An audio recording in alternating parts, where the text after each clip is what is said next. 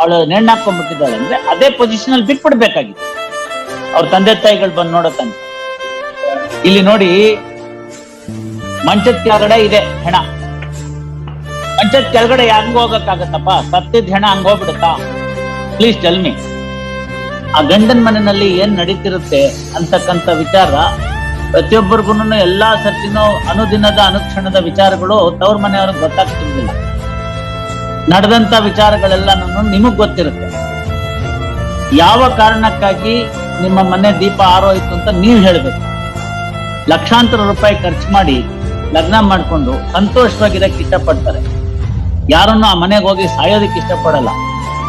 ಇನ್ನೂ ಒಂದು ಯೋಚನೆ ಮಾಡಿ, ಸಾಯೋದೆ ಸತ್ಬಿಟ್ರೆ ಅಲ್ಲಿ ನಿಂತೋಗುತ್ತಾ?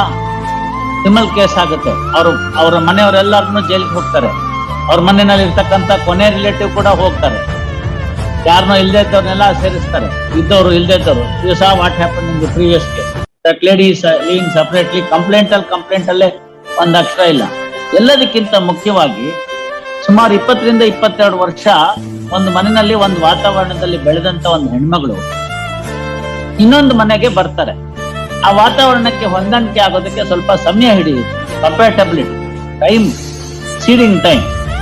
ಆ ಸಂದರ್ಭದಲ್ಲಿ ಇವರು ಸಣ್ಣ ಪುಟ್ಟದೇನಾರ ಮಿಸ್ಟೇಕ್ಸ್ ಅದು ಇಷ್ಟು ಆಯ್ತು ಅಂದ್ರೆ ಮಾರ್ಜಿನ್ ಕೊಡ್ಬೇಕು, ಕೊಟ್ಟು ಅದನ್ನ ಗಮನಕ್ಕೆ ತೆಗೆದುಕೋಬೇಕು. ವೆಯ್ಟ್ ಅದೆಲ್ಲ ಆಗೋದಕ್ಕೆ ಮುಂಚಿತವಾಗಿನೇ ನೀವು ಡ್ರಾಮಾ ಸ್ಟೀನ್ ತರ ನಾಳೆ ಬೆಳಗ್ಗೆ ಹಿಂಗಿರ್ಬೇಕು, ಪಿಕ್ಚರ್ ಆಕ್ಟರ್ ತರ ಬೆಳಗ್ಗೆ 5:15 ಗಂಟೆಗೆ ಸ್ನಾನ ಮಾಡ್ಕೊಂಡ್ಬಂದು ತುಳಸಿ ಪೂಜೆ ಮಾಡಿ ಹಾಡು ಹೇಳಿಸಿ ಎಬ್ಬರಿಗೂ ಎಬ್ಬರಿಸಿ ಕಾಫಿ ಕೊಡ್ಬೇಕು ಅಂತಂದ್ರೆ ಇಂದಿನ ದಿನಮಾನದಲ್ಲಿ ಸಾಧ್ಯವಿಲ್ಲ. So expectations are very high. ಅದಾಗೋದಿಲ್ಲ. ಹಾಗಿಲ್ದೇ ಮೇಲೆ ಮಾಡರ್ನೈಸೇಷನ್ ಎಲ್ಲದಕ್ಕೂ ಬೆಲೆ ಬೇಕಿದ್ದಕ್ಕೆಲ್ಲ ಒಪ್ಕೊಂಡ್ಮೇಲೆ ಸಣ್ಣ ಪುಟ್ಟ ಡಿಫ್ರೆನ್ಸಸ್ ಬಂದ್ರೆ ಎಲ್ಲರಿಗಿಂತ ಮುಖ್ಯವಾಗಿ ಇಬ್ಬರು ನಿಂತ್ಕೋಬೇಕು ಆ ಹುಡುಗಿ ಪರವಾಗಿ. ಒಂದು ಗಂಡ, ಯಾಕೆಂದ್ರೆ ಅವನನ್ನ ನಂಬಿ ಆಕೆ ಬಂದಿರ್ತಾಳೆ. ಎರಡನೇದು ಆ ಮನೆ ಅತ್ತೆ. What honourable justice S Boppanna recently held in the Supreme Court is the ಅತ್ತೆ plays a strong role in that. ಮನೆಗೆ ಹಿರಿ ಹೆಣ್ಮಗಳು, ತನ್ನ ಮನೆಗೆ ಹೊಸದಾಗಿ ಒಂದು ಹೆಣ್ಮಗಳು ಬಂದಿದೆ, ಅದನ್ನ ಕಾಪಿಟ್ಕೊಡ್ತಕ್ಕಂಥ ಜವಾಬ್ದಾರಿ ಆ ಹೆಣ್ಮಗಳ ಮೇಲಿದೆ. ಆಕೆನೆ ಹಿಂಗಾಗೋಗ್ಬಿಟ್ರೆ ಏನ್ ಮಾಡ್ಬೇಕು ಅನ್ನೋ ಪ್ರಶ್ನೆ ಉಪಯೋಗಿಸಿ ಅವರು age is not the criteria, ಯಾವ ಟು ಅಂಡರ್ಗೋ ಅಂತ 65-70 ವರ್ಷದ ಹೆಣ್ಮಗಳಿಗೆ ಜೈಲಿಗೆ ಕಳಿಸ್ತಾರೆ ಮರ್ಸಿಲೆಸ್. ನಾವು ನೋಡಿದ್ದೀರಿ ಆ ಜಡ್ಜ್ಮೆಂಟ್. ಹಾಗಿದ್ದಂತ ಪಕ್ಷದಲ್ಲಿ ಗಂಡ ಆದವನು ತಂದೆ ತಾಯಿನೂ ಸಂಭಾಳಿಸ್ಕೊಂಡು ಬೇರೆ ಸದಸ್ಯರನ್ನು ಸಂಭಾಳಿಸ್ಕೊಂಡು ಹೆಂಡತಿ ಪರವಾಗಿ ನಿಲ್ಬೇಕು, assuming that there are certain shortcomings. ಯಾಕೆಂದ್ರೆ life is not one day, this is for the long duration. ಅಂತ ಸಂದರ್ಭಕ್ಕೆ ಅದು ಮಾಡೋದ್ ಬಿಟ್ಬಿಟ್ಟು ಪಾಶ್ವಿ ಕೃತ್ಯಗಳನ್ನ ನಡೆಸಿ ಆಕೆಗೆ ಹೊಡೆದು ಬಡ್ದು ಮಾಡಿ ಈ ಸ್ಥಿತಿಗೆ ತಂದ್ಬಿಟ್ರೆ ಯಾಕೆ ಮಾಡಕ್ ಬರುತ್ತೆ?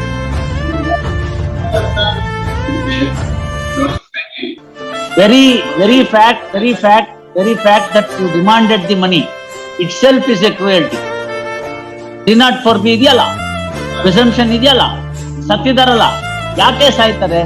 ಇನ್ ರೆಡಿಮೇಡ್ ಡಿಫೆನ್ಸ್ ನಮಗೂ ಗೊತ್ತಿದೆ, ನನ್ಗೂ ಗೊತ್ತಿದೆ. ಯಾಕೆ ತಲೆ ಸರಿ ಇರಲಿಲ್ಲ, ಹೊಟ್ಟೆ ನೋವು ಬಂದಿದೆ. ಅಲ್ಲ ನಂಬೋ ಅಂತದ ನಾವೇ ಹೇಳಿ ಬಿಟ್ಬಿಡಿ, ಕೇಸ್ ಬಿಟ್ಬಿಡಿ. ಅಲ್ಲ ಬಿಟ್ಬಿಡಿ ನಂಜುಂಡೇಗೌಡ್ರೆ, ಈ ಪ್ರಕರಣ ಬಿಟ್ಬಿಡಿ.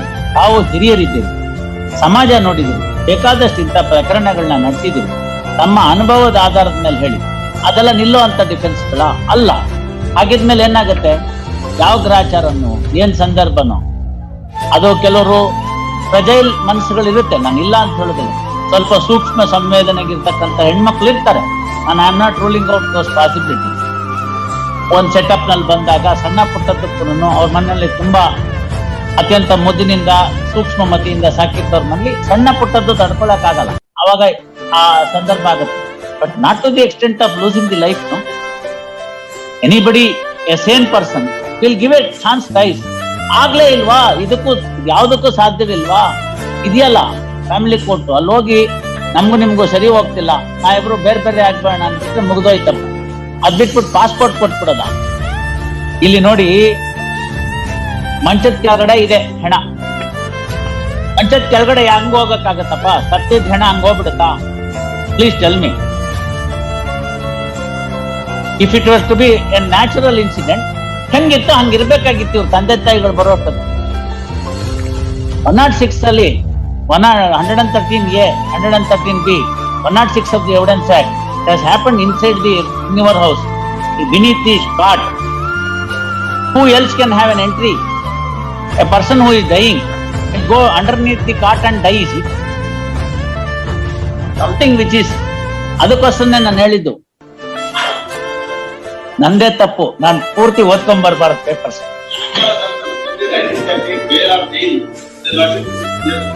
That was earlier to the amendment to 113A and 113B. No, all that is true. That is why legislature in its wisdom carved out those two sections of the Evidence Act. The 304B offence has been carved out. 304B is a distinct offence. There afterwards Honorable Supreme Court said, just because the dowry aspect cannot be proved, the people should not walk away. 304B people should not walk away. Therefore, they insisted that wherever 304B is there must be, whether the charge sheet is filed for 302 or not, court is to frame the charge under 302. Yeah, fortunately, here 302 charge hakilal. 3rd November, there was a call wherein the lady found to be highly depressed. When the call was made for wishing on the Deepavali festival, the lady appears to be highly depressed. Immediately there was a call on 10:44 in the night. At that juncture they say, your daughter has hung herself. ಆಗಿದ್ರೆ ಅದೇ position ಅಲ್ಲಿ ಬಿಟ್ಬಿಡ್ಬೇಕಾಗಿತ್ತು. Assume for A moment ಅವಳಿಗೇನೋ ಆಯ್ತು, ಏನೋ ಒಂದು ತೊಂದರೆ ಆಯ್ತು, ಅವಳು ನೇಣ್ ಹಾಕೊಂಡ್ಬಿಟ್ಟಿದ್ದಾಳೆ ಅಂದ್ರೆ ಅದೇ ಪೊಸಿಷನ್ ಅಲ್ಲಿ ಬಿಟ್ಬಿಡ್ಬೇಕಾಗಿತ್ತು. ಅವ್ರ ತಂದೆ ತಾಯಿಗಳು ಬಂದು ನೋಡೋ ತನಕ ಇಲ್ಲ, ಅದು ಆ ತರ ಪರಿಸ್ಥಿತಿ ಆಗಿಲ್ಲ. And you see the PM report, strangulation ಅಂತಿದೆ ಅಲ್ಲಿ, ನಾಟ್ ಫಾರ್ ಹ್ಯಾಂಗಿಂಗ್. ಅಲ್ಲ ನಾವೀಗೇನು ಹೇಳದ್ ಬೇಡ, ಅದೇ ಅಲ್ಲಿ ನೋಡಿ ನೀವು, ಅದನ್ನ ತಲೆದಿಂಬು ಎಲ್ಲ ಇದೆ, ಸ್ಟ್ರಾಂಗ್ಯುಲೇಷನ್ ಇದೆ, ಅದೆಲ್ಲ ನೋಡ್ಕೊಳ್ಳಿ ನೀವು. ಎಸ್, ಬರ್ಕೊಳ್ಳಿ hard. Yes mister Deshpande. This matter had come up 2 days earlier, that is on 6th. Yes, ತಾವೇನೋ ಟೈಮ್ ಕೇಳಿದ್ರಿ ನಮ್ಮ no, ಅಲ್ಲ ಇನ್ನೂ ಚಾರ್ಜ್ ಶೀಟ್ ಆಗಿಲ್ಲ. 2-2 from 2-2 my lord, he is in custody. I have no instructions my lord, my learned from him knowing that charge sheet my lord has been filed. ನೋಡಿ charge sheet ಹಾಕಿದ್ದಾರೆ ಅಂತ. Shri R.B. Deshpande submits that the accused is in custody since 2nd February 2022 and is not aware whether the charge sheet is filed. Learn HGP to find out whether the charge sheet against the petitioner is filed or not. Release this matter on 20th April. Please. Yes, madam.